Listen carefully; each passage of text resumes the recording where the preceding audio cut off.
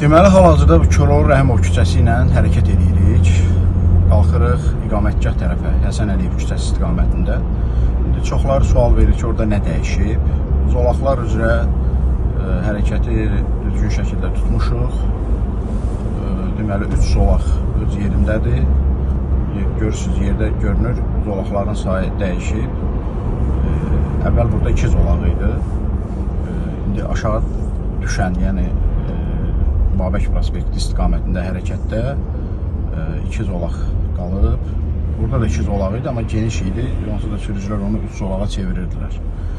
İndi axına nə qədər təsir göstərəcək, biz bunu yenilik tam tətbiq olunandan sonra görəcəyik. Çünki əsas düyün nöqtəsi aşağıda bu Qərbi Azərbaycan icmasının qarşısından birləşmə nöqtəsi var və eyni zamanda Günaydın restoranının qarşısında biraz xaos yaranır. Orada da hərəkətin intensivliyini hansısa formada təşkil etmək olar. İndi biz çatırıq əsas nöqtəyə. Artıq svetoforlar görürsünüz, quraşdırılıb. Əməkdaşlar burada işləyirlər. Zebra çəkilib. Qarşıda da indiyə qədər heç vaxt nizamlanmayan bir piyada keçidi var. Orada svetofor atılıb, yəni svetofor qoyulubsa deməli piyadalar artıq nizam-intizamla hərəkət edəcəklər. İndi biz bu yolu həmişə 2 tərəfli getmişik. Bax, buradan sonra, tunelin üstündən sonraki hissə. İndi görürsünüz, burada yol polis əməkdaşı da istiqamət verir. İndi artıq olub 1 tərəfli yol. Və biz sual veririk ki, onda hara? İndiyə kimi buradan gələnlər necə gedəcək? Bax, yerdə görürsünüz, sola dönmə, geriyə dönmə. Yəni, düzünə hərəkət qadağandır. Svetoforun yaşıl işığı artıq qırmızıya keçir. Biz dayandıq. Piyadalar indi hərəkət edəcək. Bu sol tərəfdəki parkı görürsünüz. Bu parkın qarşısı artıq bizim geriyə dönə biləcəyimiz nöqtədir. Biraz arxada mən qeyd elədim o piyada keçidi. Həmin nöqtədə əvvəllər yol polisi dayanırdı. Pik saatlarda işarə verirdi ki, sola Gənclik tərəfə dönün. Mən baxıb görürdüm ki, nə qədər axım var Gənclik tərəfə. Nə qədər maşın Gənclik metro stansiyası tərəfə dönürdü. Amma onlar məcburən gəlirdilər, bax, burayla düz gedirdilər iqamətgaha tərəf.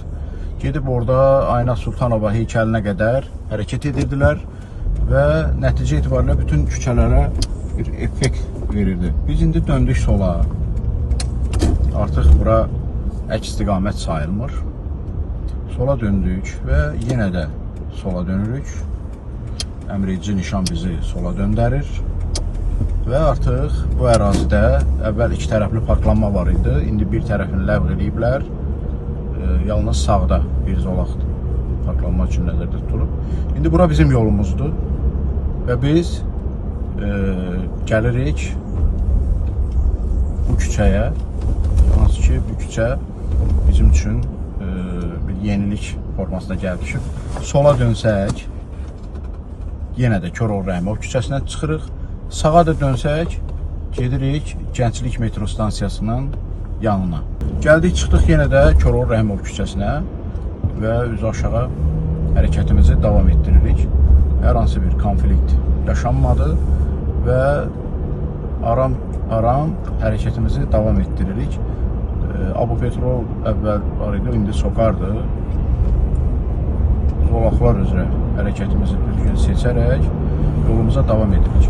Arxadakı o yol ayrıcı sağa dönəndə Gəncliyə gedir. Gəncliyə getmək üçün Həsən Əliyev küçəsini kəsib keçənlər, qabaqda gedib o Atatürk parkını dövr eləyənlər üçün artıq rahat bir dövr gəlir, rahat bir zaman yetişir. Ayna bu məsələni bu formada tənzimlədi və indiyə kimi elə bizim çoxumuzun gözlədiyi bir tənzimlənmə metodu idi ki, indiyə qədər səmərəsiz qalan o küçə, hansı ki o binanın qarşısı, yəni parkın Həsən Əliyev küçəsinə gedəndə solumuza düşür. Qaydanda gördüyünüz o parklanma yerində biri ləğv olunub. Həmən yol geniş yol idi və çox səmərəsiz qalmışdı, orada istifadə olunmurdu. Yəni bu artıq oldu normal bir yer.